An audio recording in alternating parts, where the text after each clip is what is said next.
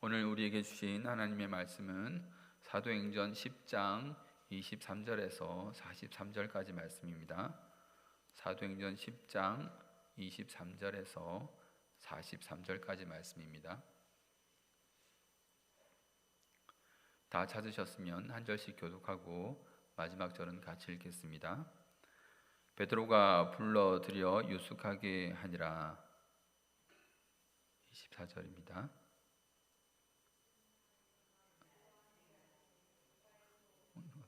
너와 함께 가니라.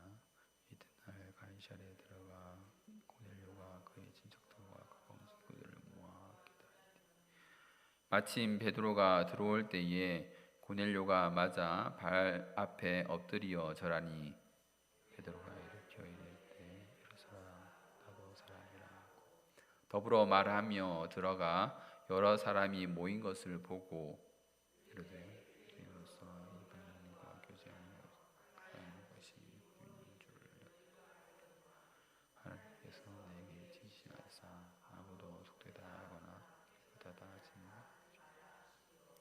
부름을 사양하지 아니하고 왔노라. 묻노니 무슨 일로 나를 불렀느냐. 그때까지 내 집에서 제 곳이 기도를 하는데 갑자기 한 사람이 빈 옷을 입고 내 앞에 말하되 고넬료야, 하나님이 내 기도를 들으시고 내 구제를 기억하셨으니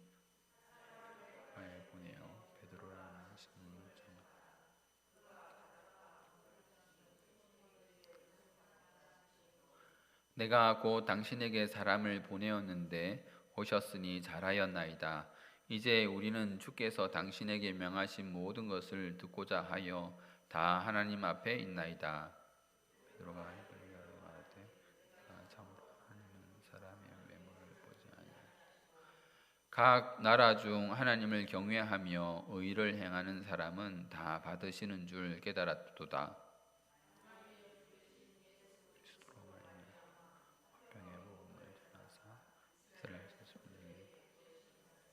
곧 요한이 그 세례를 반포한 후에 갈릴리에서 시작하여 온 유대에 두루 전파된 그것을 너희도 알거니와 하나님이 나사렛 예수에게 성령과 능력을 기름 붓듯 하셨으니 그가 도담이시며 선한 일을 행하시고 마귀에게 눌린 모든 사람을 고치셨으니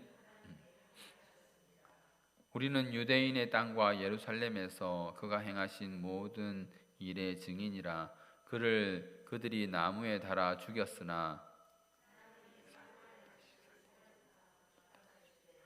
모든 백성에게 하신 것이 아니요 오직 미리 택하신 증인 곧 죽은 자 가운데서 부활하신 후 그를 모시고 음식을 먹은 우리에게 하신 것이라.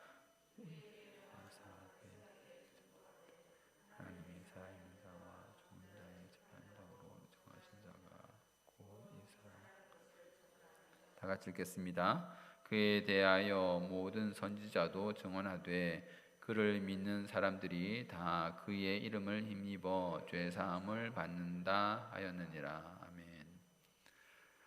지난 시간 우리는 베드로가 환상을 본 것에 대해서 살펴보았습니다. 하나님께서는 고넬료에게 사자를 보내어서 욥바에 있는 베드로를 정하라라고 명하시고 베드로에게는 환상을 미리 보여주셔서 고넬료의 가정에 복음이 전파되는 것이 순조롭도록 그렇게 하셨습니다. 그 환상의 내용이 무엇이었습니까?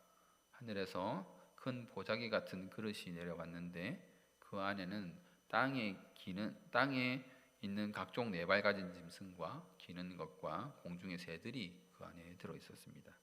음성이 베드로에게 있었죠. 잡아먹어라. 그런데 베드로가 속되고 깨끗하지 않은 것을 먹은 적이 없습니다 라고 대답을 했었습니다. 그러므로 이제 그 안에 들어있던 것이 속되고 깨끗하지 못한 것들이었다. 율법에서 정한 그런 깨끗하지 못한 것들이 그 안에 들어있었다는 것을 우리가 알 수 있었죠. 그러나 다시 소리가 있어서 하나님이 깨끗하게 하신 것을 내가 속되다 하지 말라라고 하시면서 그것을 먹으라고 이렇게 하셨습니다. 여기서 나왔던 잡아 먹으라 해서 잡아 잡는다라는 것이 무슨 뜻이라고 했었습니까? 제사를 드릴 때 사용하는 용어 잡는다라고 그랬죠. 어린 양을 잡는다 할 때 그 잡는다는 제사를 드리기 위해 잡는다라는 말이죠. 베드로에게 주신 그 환상을 통해서 이제 율법에서 거룩하고 깨끗한 것만 제사를 드리던 것에서 속되고 깨끗하지 않은 것도 하나님이 깨끗하게 하셨으면 제사로 드릴 수 있다는 말을 우리가 알 수 있습니다. 그래서 하나님이 깨끗하게 하신 것으로 제사 드릴 수 있다. 우리가 이것을 기억해야 하겠습니다. 이제 또 다음 주에 말씀드리겠지만 유대인이 아니더라도 이방인이더라도 하나님의 택한 백성은 하나님이 받으시는 제물이 될 수 있다. 즉 하나님께 예배하는 자들이 될 수 있다라는 말인 것입니다. 베드로가 환상에 대해서 의아하게 여길 때쯤에 고넬료가 보낸 사람들이 베드로에게 도착을 했죠. 오늘은 이제 그 이후에 대해서 살펴보도록 하겠습니다. 베드로가 이제 그들을 맞아서 욥바에서 여행객들이 저녁을 지내고 그 이튿날 일어나서 고넬료의 집 가이사랴로 출발했습니다. 베드로 혼자만 간 것이 아니라 어떤 형제들도 베드로와 같이 여행길에 올랐죠. 그리고 출발하고 그 이튿날 가이사랴에 도착했습니다. 그러니까 욥바에서 가이사랴로 가는 길이 약 이틀 정도 걸린 것이죠. 고넬료는 친척과 가까운 친구들을 모아서 베드로를 기다리고 있었습니다. 그러니까 고넬료의 인품을 여기서 우리가 생각해 볼 수 있는데 고넬료의 인품이 어떠할까요? 경건한 자였죠. 그런데 그가 자기 혼자만 자기에게 주신 그 환상이기 때문에 자기 혼자만 그 말씀을 들으려고 기다린 것이 아니라 자기 가족들하고 친지들을 다 모았다는 것을 우리가 알 수 있습니다. 가까운 친구들까지 하나님의 말씀을 듣도록 만들 수 있는 그런 사람이었다는 것을 우리가 알 수 있죠. 그가 백부장이니까 군대 장관이잖아요, 그렇죠? 군대 대장이면은 칼로 위협을 했겠습니까? 하나님의 말씀을 듣는 일에 칼이 어울리지 않죠.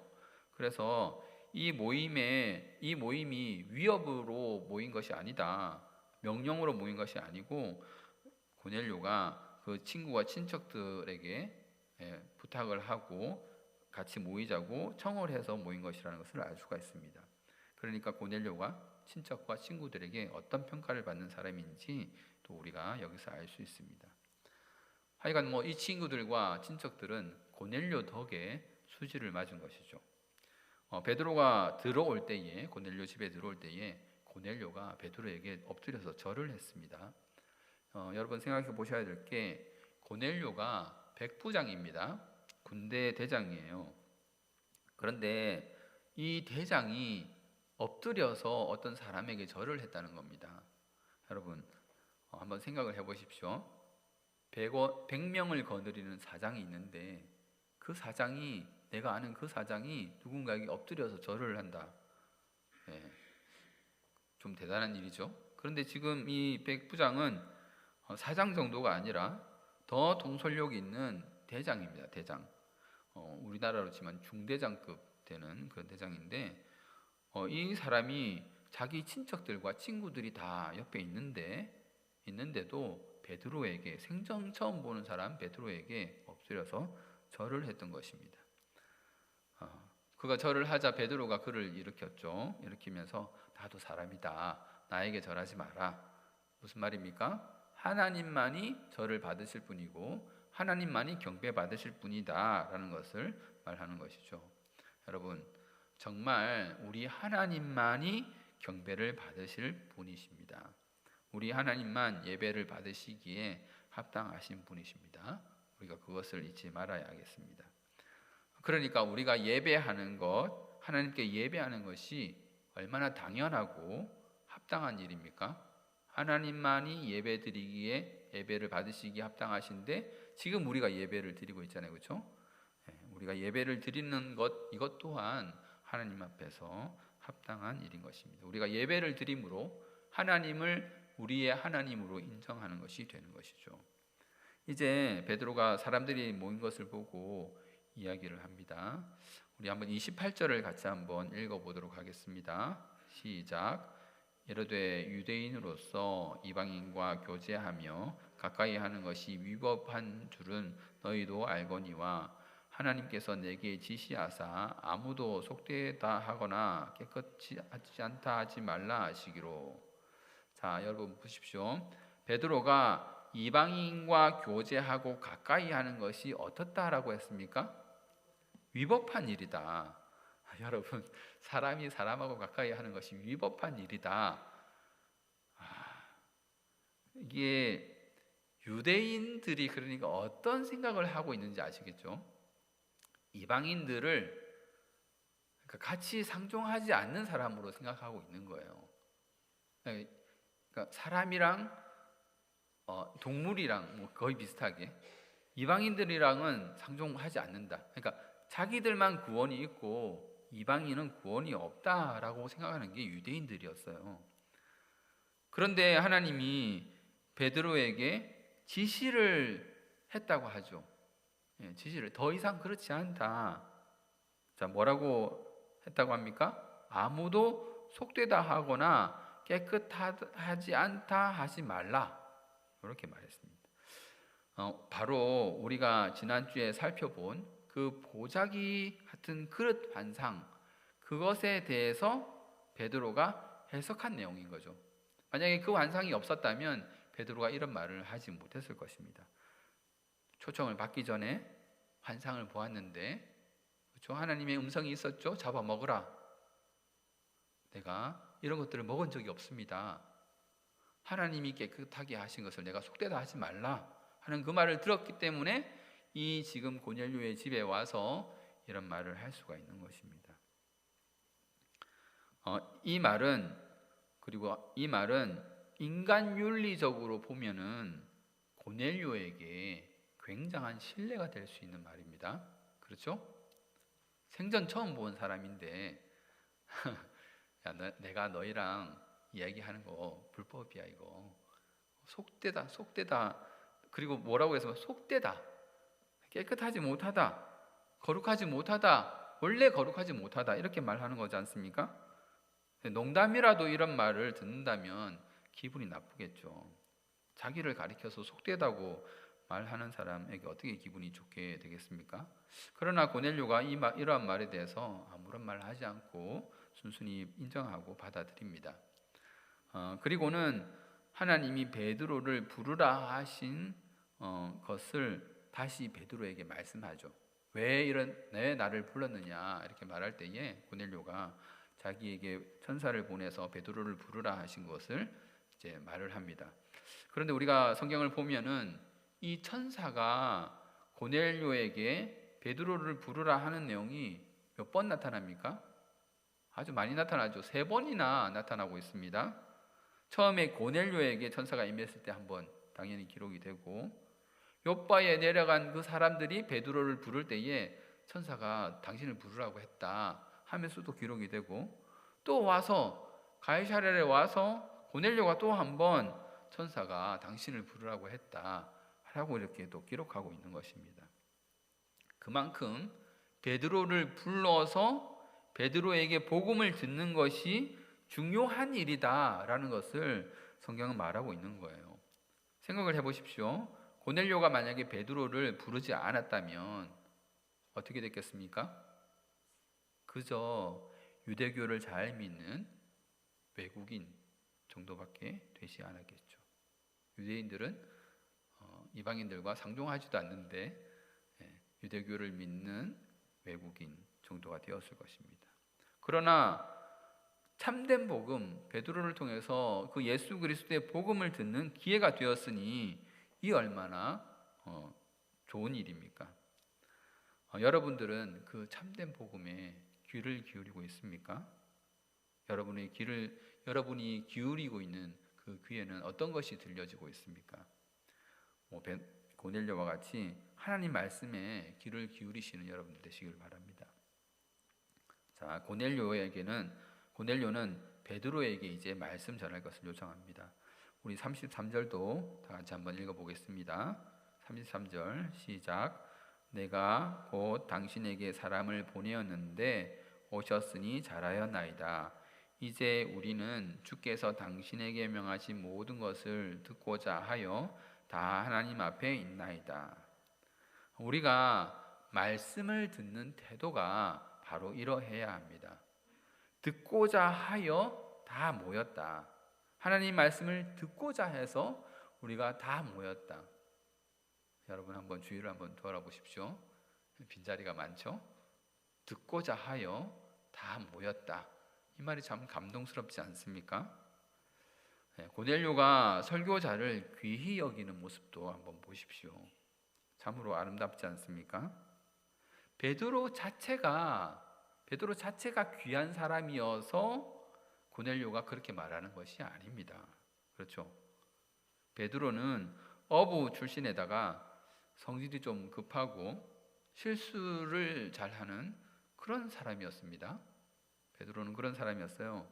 요한복음 마지막 페이지에 마지막 장에 이렇게 나옵니다. 요한복음 21장 19절에서 22절 말씀입니다. 이 말씀을 하심은 베드로가 어떠한 죽음으로 하나님께 영광을 돌릴 것을 가리키심이러라. 이 말씀을 하시고 베드로에게 이르시되 나를 따르라 하시니 베드로가 돌이켜 예수께서 사랑하시는 그 제자가 따르는 것을 보니 그는 만찬석에서 예수의 품에 의지하여 주님을 파는 자가 누구오니까 묻던 자더라. 이에 베드로가 그를 보고 예수께 여짜오되 주님 이 사람은 어찌 되겠습니까? 되겠사옵나이까? 예수께서 이르시되 내가 올 때까지 그를 머물게 하고자 할지라도 내게 무슨 상관이냐? 너는 나를 따르라 하시더라.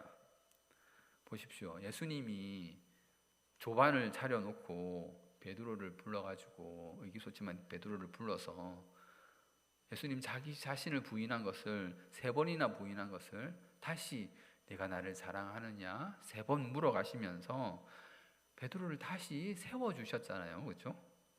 그리고 예수님은 베드로가 어떤 죽음으로 하나님께 영광 돌릴 것을 아시고 한편으로 비장한 마음으로 그에게 말씀하시는데 이 베드로가 옆에 요한이 서 있는 것을 보고 주님 이 사람은 어찌 되겠습니까? 라고 물어봤다는 겁니다. 좀 마지막 장인데 마지막 장면을 좀 멋있게 베드로가 이 제자들의 대장인데 좀 멋있게 끝내면 안 됩니까? 꼭 마지막에 이렇게 산통을 깨고 예수님에게 꾸중 같은 그런 한 소리를 꼭 들어야 할까요? 그런 사람이 바로 베드로였습니다. 그런데 지금 고넬료에게 극진한 대접을 받고 있죠. 그런 베드로가 잘나서 그런 것이 아닙니다.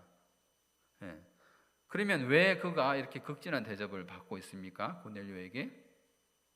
그 이유는 그가 하나님의 말씀을 전할 사람이기 때문입니다. 그가 귀한 대접을 받는 유일한 이유는 그의 입에서 하나님의 말씀이 나오기 때문입니다. 여러분 지금 앞에 담임 목사님 계시는데 여러분 담임 목사님을 위해서 기도 많이 하셔야 합니다.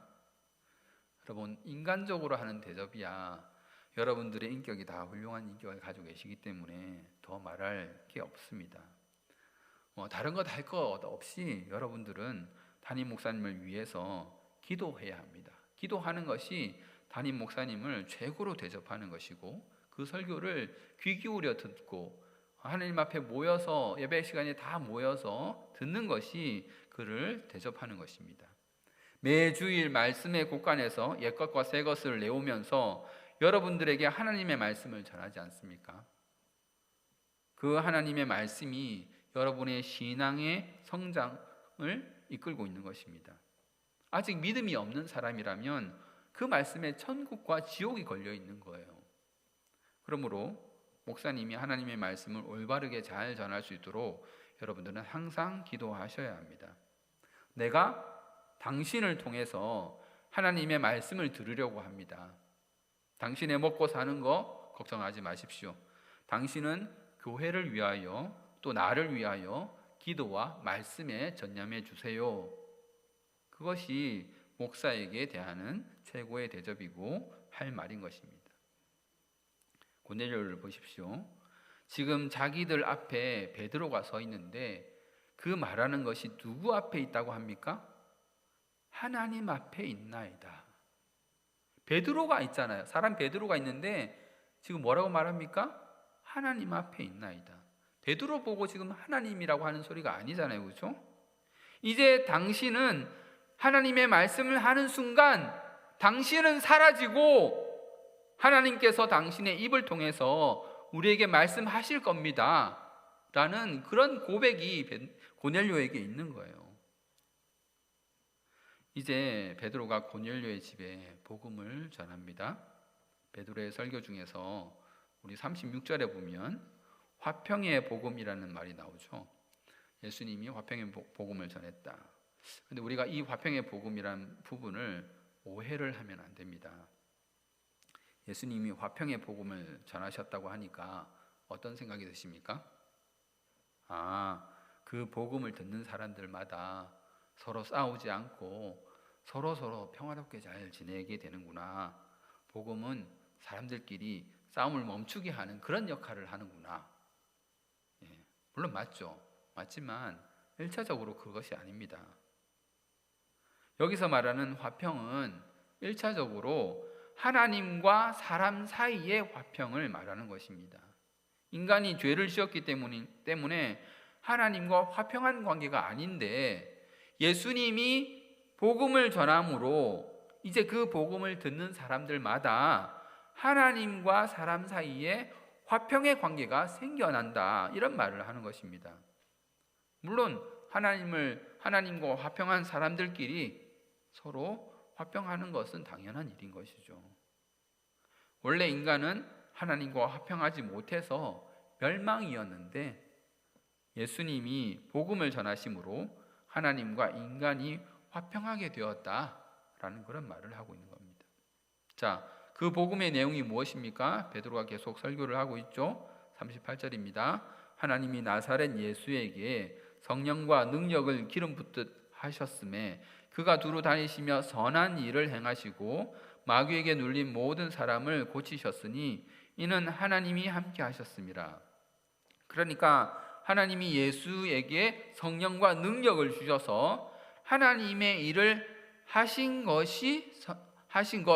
선한 일을 하고 마귀에게 눌린 사람을 고치신 것, 하나님이 함께 하신 그것이 바로 복음이다 라는 말을 하고 있죠. 여기서도 예수님이 선한 일을 했다고 하는데 이게 그냥 착한 일을 했다, 그런 얘기가 아닙니다. 이게 그냥 사회적으로 인정받는 그런 착한 일이라는 말이 아니고 하나님 입장에서 하나님이 기뻐하시는, 하나님이 마음에 들어 하시는 그런 일을 예수님이 하셨다, 이런 말인 거예요. 예수님이 그 일들을 행하신 것이 복음이다 라는 말입니다. 그런데 여러분 한번 생각해 보십시오. 그게 왜 복음이죠? 예수님이 귀신들을 쫓아내고 사람들에게 병자를 고쳐내고 죽은 사람을 살려내고 나사로를 살려내고 한 그것이 왜 복음입니까? 예수님이 하나님의 뜻을 따라서 많은 병자를 고치고 죽은 자들을 다시 살린 것이 왜 복음이죠? 그 일은 그 사람들 일이잖아요.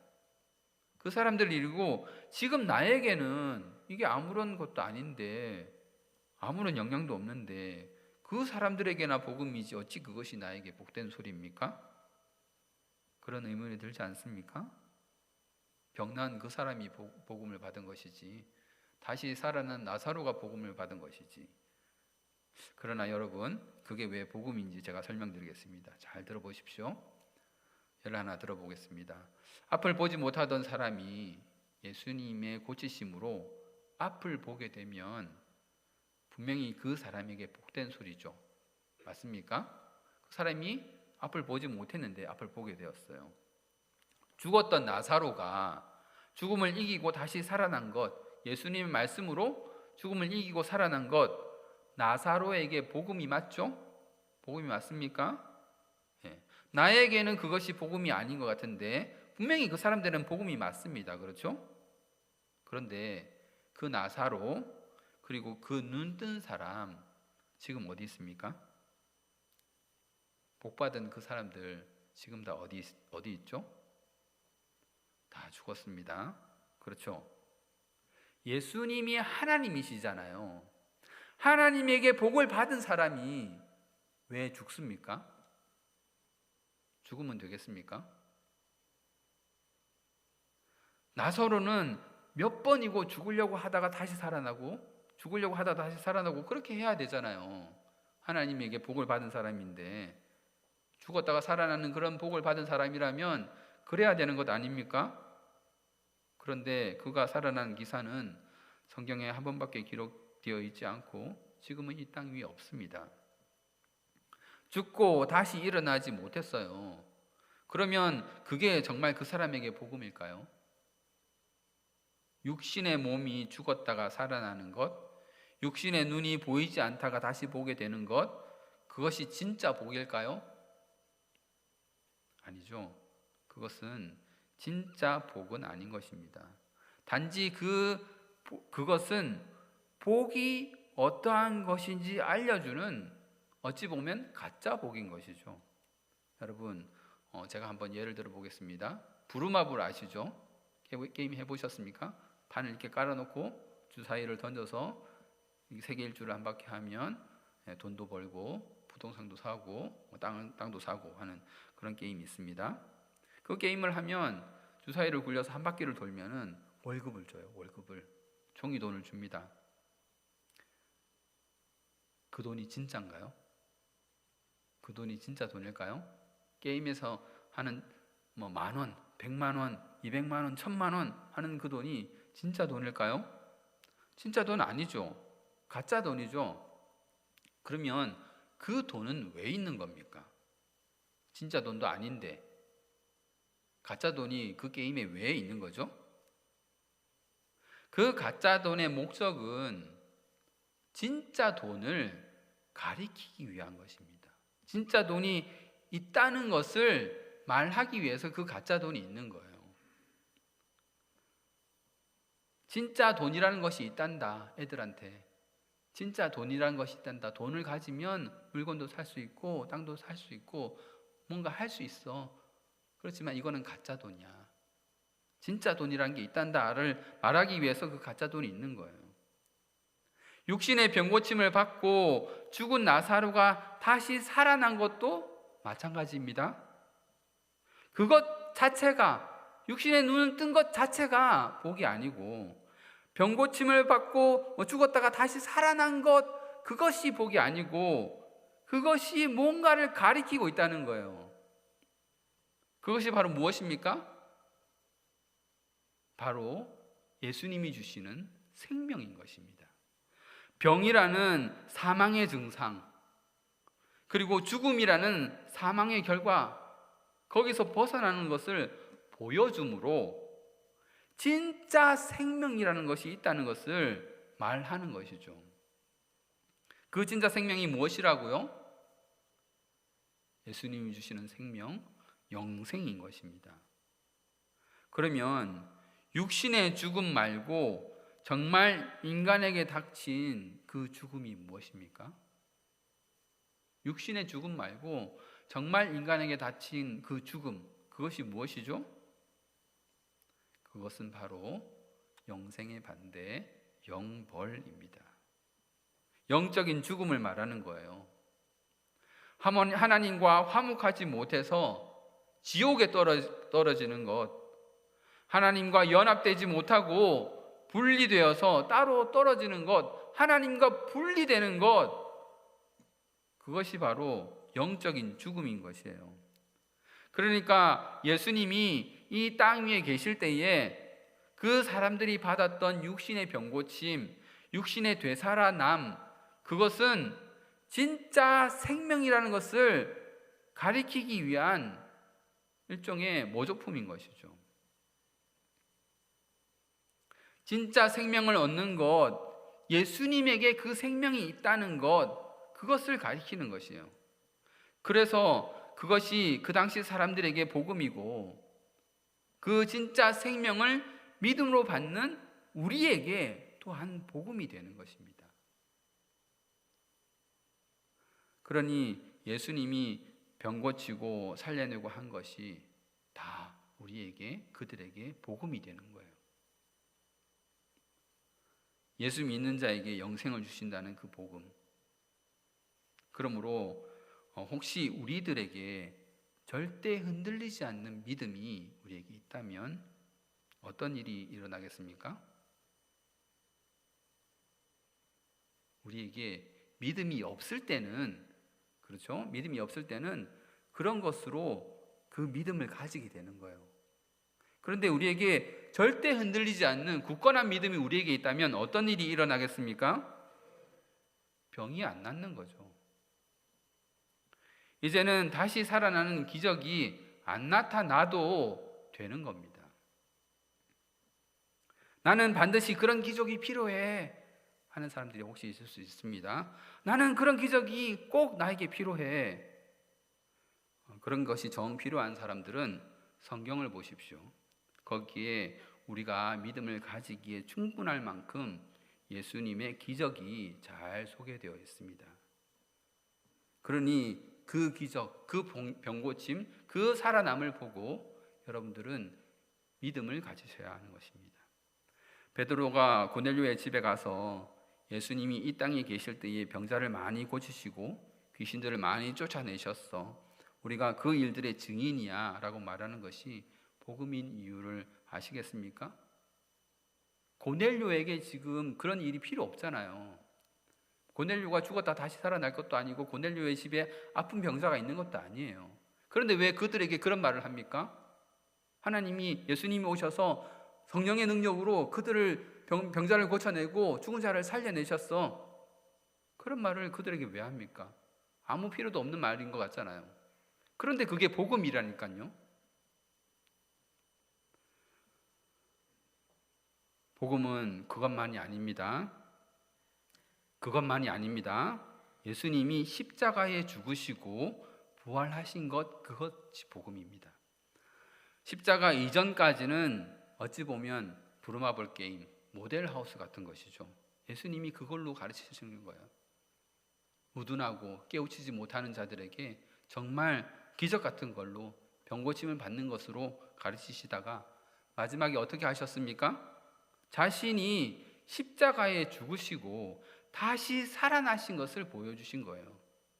그 부활에, 그래서 다시 살아나셔서 부활의 첫 열매가 되신 것을 보여주셨습니다. 그것이 바로 진짜 구원의 모습을 보여주시는 것이죠.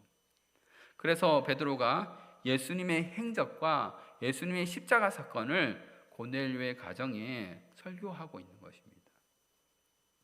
그리고 그 일 중심에 예수의 이름을 힘입어 죄 사함을 받는다라는 말이 들어있는 거예요. 아담 이후로 모든 인류가 가지고 있는 그 죄. 여러분, 죄가 무엇입니까? 죄가 무엇이죠? 살인하는 것, 간음하는 것, 도둑질하는 것. 그것이 다 어디로부터 나왔습니까? 무슨 죄에서 그게 나왔습니까? 하나님을 인정하지 않는 죄, 하나님이 없다고 하는 그 죄, 하나님을 차버리는 그 죄로부터 그 모든 죄들이 나오는 거예요. 하나님의 택하신 백성은 예수 십자가로 말미암아서 그 죄가, 하나님을 믿지 않는 그 죄가 사해지게 되는 것입니다. 말씀을 맺도록 하겠습니다. 베드로가 환상을 본 이후에 고넬료의 가정에 가서 복음을 전했습니다. 하나님께서 이제 이방인들에게도 유대인들과 다름없이 구원을 베푸신다는 것을 베드로는 확신할 수 있었습니다. 그리고 베드로가 전한 복음의 이야기는 명확했습니다. 예수님의 행적,